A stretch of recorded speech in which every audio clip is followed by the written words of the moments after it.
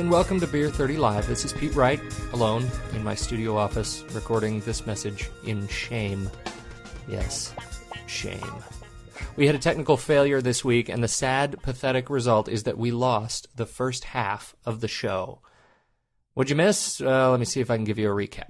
I talked about the Windows Vista launch and how it was pretty underwhelming. I geeked out all over everyone, which was a big fat lead balloon, so Jamie changed the subject. He went into some neocon rant that got Mary all fired up, which caused our guest to actually jump in and call her a communist. Everyone knows that she's not really a communist, even though we're all pretty sure she voted for Nader. So far, it's just like every other week. Shane, Barboy Corsetti, on the other hand, after a humiliating loss in last week's show, comes through with class. He managed to lure our guest with hot toddies to the Ram and keep him there long enough for us to talk to him. Of course, you only get the last half of that interview. What you'll be missing in the first part of the interview is surely the part that would have nailed down the Pulitzer for our show, but the second half is pretty good too. So, our guest. I've only been a fan of Dolorean personally for the last year, but this Portland-based indie dirge rock group has been around a bit, with 3 recordings behind them, a 4th to be released this month, and a host of guest appearances to their credit. The band has been turning out their Elliott Smith, Nick Drake, quiet as the new loud chic for almost a decade. Their music is bare and lonely and addictive, though frontman Al James assures us that he's actually a pretty happy guy. As it turns out, Shane went to high school with Al. They played together in a 3 acoustic guitar band at parties. We are desperately trying to get a recording of some of these legendary parties, but in the absence of this dark history of Shane and Al together, we did manage to talk Al into doing a few tracks off their new CD, You Can't Win, for us solo, all acoustic and thick. So take a listen, and we'll try to get these live tracks up on the site somewhere to download separately from the show very soon. Thanks again for listening and putting up with the early rockiness. We're thrilled to present Al James to Beer 30 Live.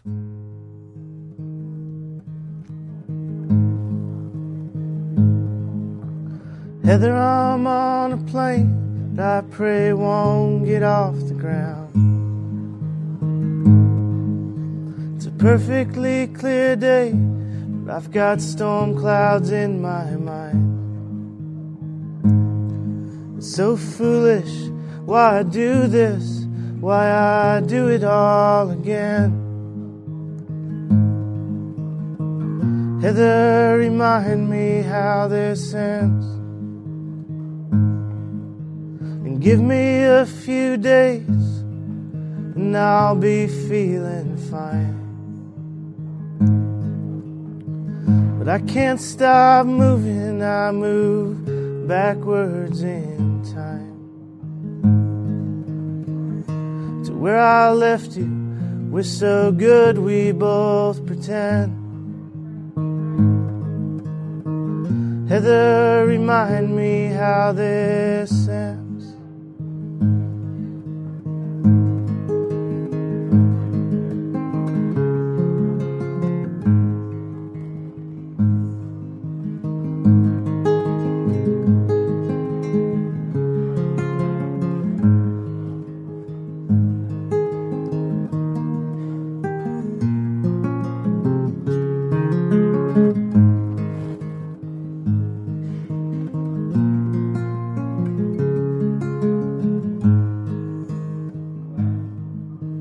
When I call you up, check the timbre of your voice.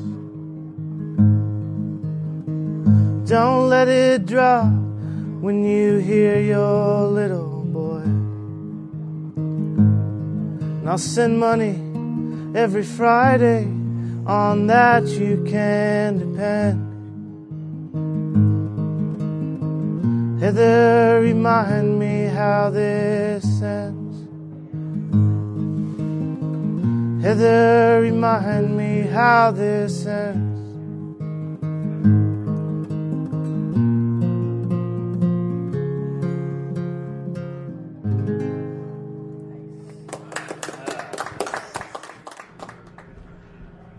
You produced.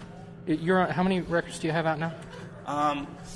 3 via the label, 1 that we own that we sort of sell through our website. Not counting Shane's? The one you guys. And The epic initial release. Well, that's going to go up on Christie's in about, I'll give it about like 35 maybe years. 10 or 20 years. I'm a little bit more. And what's the website? Actually, you tell us what the website is. Dolorean.com. And you're blogging.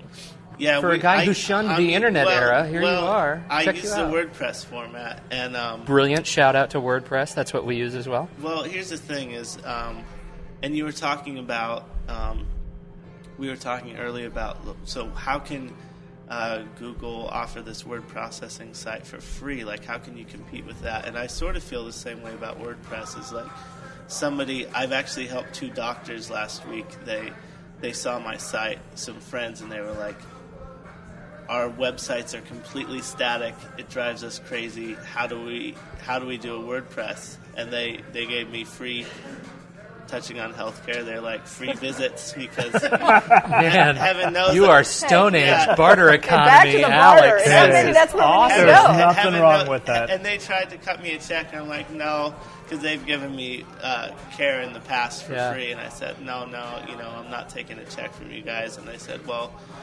come in and get a big old, like, B12 power juice up zone. So I might do that, Come in, get a actually. cough and a smile. You need the yearly checkup. Come on in, I'll give you a prescription of Percodan or whatever it is. Turn to the left and cough. Vicodin and I'm in. Yeah. But so I showed them WordPress, and they were just kind of like blown away. And I sort of showed them the blog stats and all this stuff, and showed, well, you can see where people are linking up to your thing, and they were very excited about it. And there's been a number of bands since I sort of started our WordPress site in town that have said, well, shoot, how did you guys do that? We might start doing that. And it is one of those things, because the doctors wanted to know. They said, like, how can they offer this for free? Like, what's in it for them? And I said, I don't really know, but I feel like there are some people that see, like, this great unlimited potential through the internet and, like, want to try to do something great with it instead of, like, flash banner ads in your face and give, or whatever. It's like there are people that want to try to create sort of like a greater culture or exchange of information through it, So it's a very philosophical question that you're asking, and I'm interested in your perspective as a musician on piracy and spreading the word through, the word of your music through piracy, people trading music, the tactics of the recording industry. Where do you stand on these issues? I think, people often tell me sort of like with a wink, like, oh, well, I burned it off a friend, and I just sort of have like I don't really take much of a stance on it, because I don't feel desperate for like, oh, I just want you to listen to it, because I don't really think, that's sort of my stance on MySpace. Like, just listening to a track that I've written really doesn't benefit me at all, and I don't really care. It's like, if you like it, that's great, and I hope that eventually you buy a record and you put it on, and you don't pump it through horrible computer speakers, tinny computer speakers on compressed MP4 files or MP3 files. And I hope that you somehow listen to it in a format where you can take an entire album, because we don't, like, Dolorean doesn't necessarily make sort of singles. I think different songs stand on their own, but sort of what we do has always been more of a bit of an album sort of experience. And I really hope that people take it in as a whole. I hope that they sit down and listen to it. I hope they listen to it in their car. I hope they, get it on an iPod and listen to it on their bus ride home or something. But to just sort of, it is sort of a weird culture now. It's like kind of back to the singles culture of like the 50s and 60s, where it's like, I want to hear, One hit wonders. I want a jukebox. I want one hit after another. We're a mixtape culture, right? And but I think there's tons of people that are still into albums. They're still into a format they can hold. It's changing, but I don't think that there's someone like me feels no like paranoia about it. It's like the people that we've connected with already, I think we'll continue to connect with, and hopefully they'll let people know the sort of experience they're having with the music, and it'll grow in slow ways, but it's different. But that's why I think it's so hard to have a band right now, because you're hearing so many different things. And it used to be like, make a record, make a good record, find someone to help you book shows, play shows, connect with people face to face. People go buy albums. They go buy albums. The next time you come to the city, you play to more people because they've told people about the quality of what you're doing. And are you on iTunes? Yeah, definitely. It is different, though. So that's a question I mean to ask. What has iTunes done to your process in cutting your latest album? I mean, does that change the way you prepare an album? No, nothing. No? I mean, it's like, we don't really... I don't even really... We sort of make records on advances and then, don't really think about royalties in the end. And it's kind of like...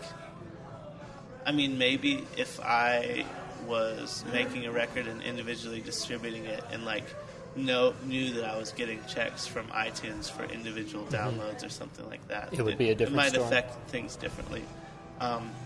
It is really interesting, to go to iTunes, and I've never bought individual songs off iTunes, but you can go and you can see which songs are the most downloaded, and those are ultimate head scratchers for me. Are you kidding me? This is, I threw that one in because I didn't have anything else. All I could say is Justin Timberlake brought the love back. It's so interesting, but that's the way it constantly is, where the things that people connect to are always the ones that you can't believe, sort of. But, it's great. I mean, that's why you at some point just finish something and say, people can take it or leave it or interpret it is what it is. Connect how they want, And as some of that we were kind of talking before the show, and I don't even know what the term would be, these corporate bands, or, what's the term where, they audition and a label or a corporation creates the band. Yeah. And there was a TV show, right, Making the Band, which actually manufactured because it really sounds short-lived like Alex is coming from a very kind of traditionalist standpoint well, of music, and yet the corporate world doesn't seem to operate and a lot that of way. those band members, they don't even know how to... Like Paris They Hilton. just sing. They don't know how to play the instruments. A lot of it's electronic. I mean, they don't... Compared to what you do. I don't even know if they can sing. I don't know if it's they're helping them in the studio. Well, I mean, and here we are. We've been using the word album a lot in this conversation, and that's sort of an antiquated term, but you actually did a run of LPs, of wax, vinyl. For as many as we can. I mean, it's really, for me, if you start... for me, and in creating sort of the ultimate... My goal is sort of like longevity. You hope that 40 or 50 years from now, because I do this with different records that I find. I have a pretty vast LP collection, and there's a small group of people that do, but it's still pretty substantial. But to really dig back and be able to put something on and listen to it, and it get sort of a transmission from a different time or place is really, really special to me. And I feel like whether we like it or not, I don't think that CDs are going to be a format that lasts necessarily. They sound great. I think it's funny because people are so into MP3s and MP4s, but if you really A/B them with CDs, CDs it's sound a whole really different great. experience. CDs sound really great. Yeah. But there's some sort of psychological, for me, lasting effect to LPs, so it's sort of in our contract that we get pressings on LP. How many you get? How many did you run? They usually only do 500. I think 500, but... And you dish them out to friends and family? Or seriously. Absolutely. You guys should have told me, but... And honestly, it's to have and to hold one of those with the artwork in full, it's almost to me worth... that's the end game for me in a lot of ways, just to create something on that sort of lasting level. LPs last, they still haven't, they still haven't sort of figured out when they completely decompose, and we know that CDs start losing their zeros and ones after a while. Yeah. In my still life, your face and the fruit appears. You're everywhere, baby. On my bike ride, your hips are the hills. I can't escape you lately. And I wanted to tell you about a bright red bird that passed my train. But you're asleep tonight, and you're tonight. Well, it's my yesterday. Oh,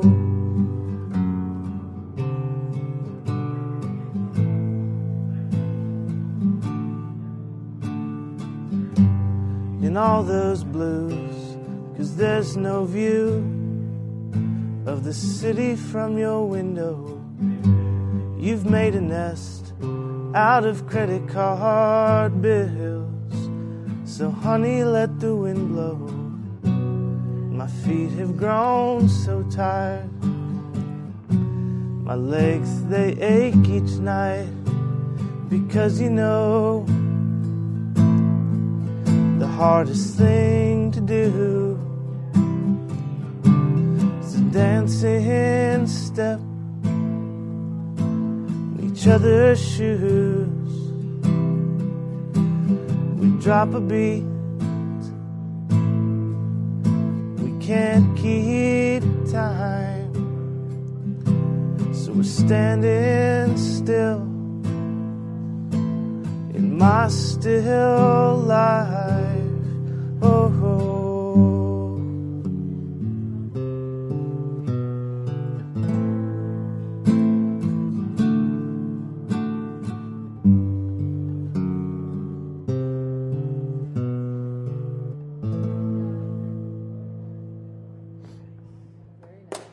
Oh, we're running out of time, but I have one more, and I want to hear the Gus Van Sant story. That was my question. So, well, Gus is, as you know, he's a local guy, and he's, I think in general, he's just really supportive of people that are trying to create, and so he's someone that I've met through friends that I've played music with, and so when we sort of came up, when I sort of started thinking about the album packaging, I had never done a photo of myself on the cover. It seemed a little bit, I just wasn't sort of ready to do that sort of step as far of self-promotion, I guess. Didn't the Violence in the Snowy Fields have a picture of you in the woods? That's a friend's wife in back there. I can't even tell who it is. Like it's just like eyes. It's like obscured, like in the darkness. Yeah, that's not crazy. I'd always sort of admired Gus's 108 portraits, which is like casting photos that he took. He took it for years, and it's a great book that sort of, it'll be like,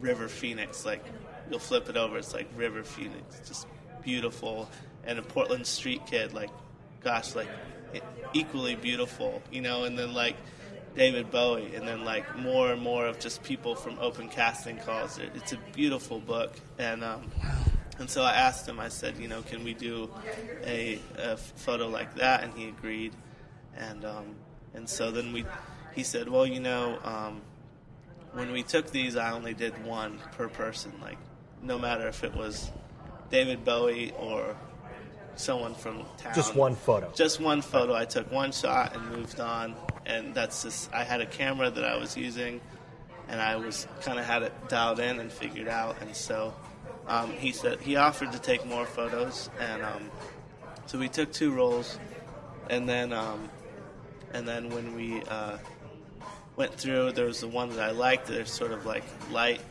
that enters into the photo and obscures my face. I think that's sort of as comfortable as I was with being on the cover. And then when I didn't realize it, and then I went to get it blown up, and it was the first photo he took. So I was really happy about that we sort of did stick to the first photo, the one photo, and I like the way it turned out, and I'm really thankful for him to be involved.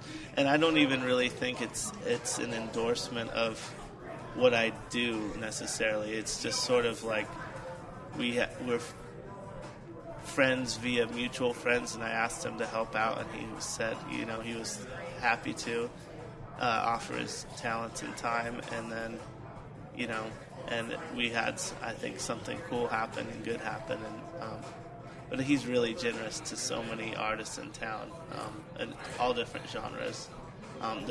Cool. He continues to make movies in Portland and use Portland musicians, and like he's incredibly loyal to the people that create in this town. So we're all better for it, for sure.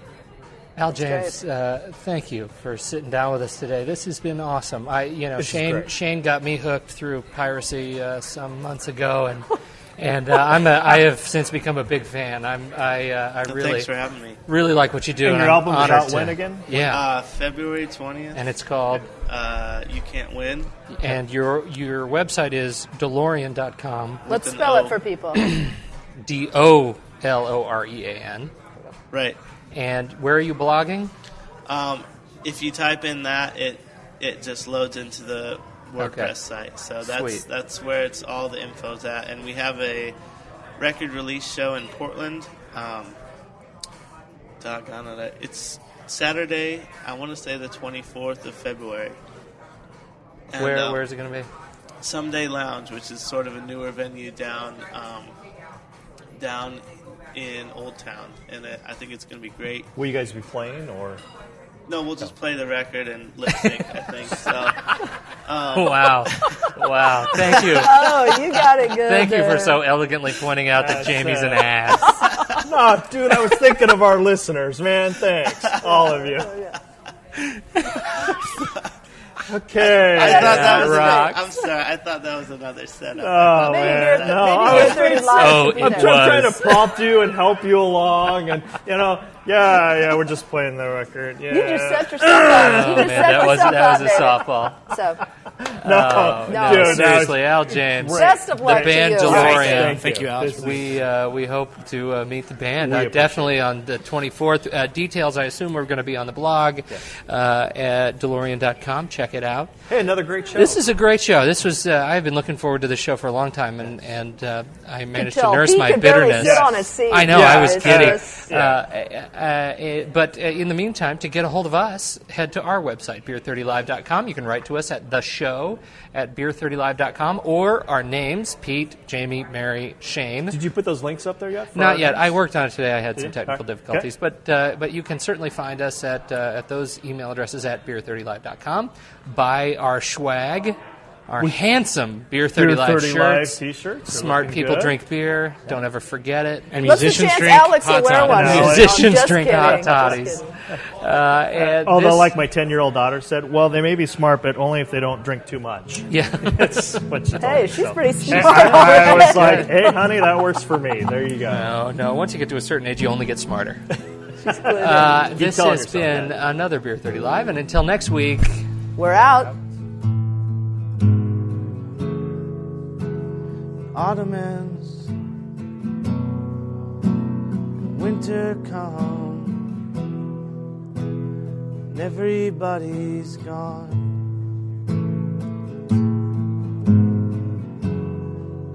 The days grow short and pull apart, and now the nights are long.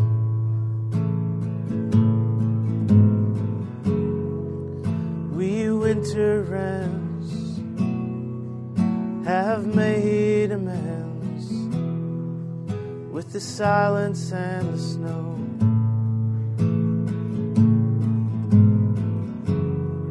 So just leave us to our own device. We winter wrens are fine.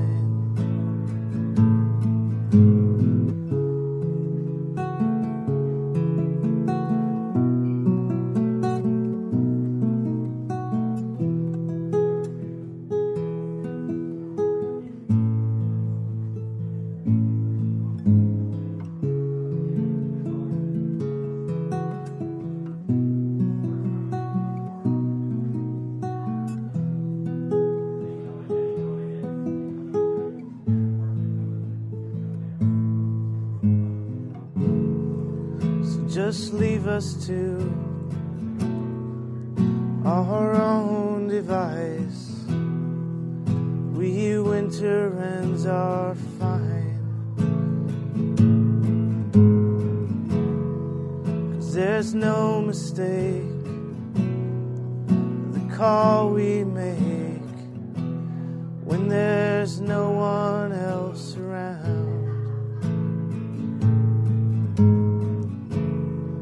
'Cause there's no mistake the call we make when there's no one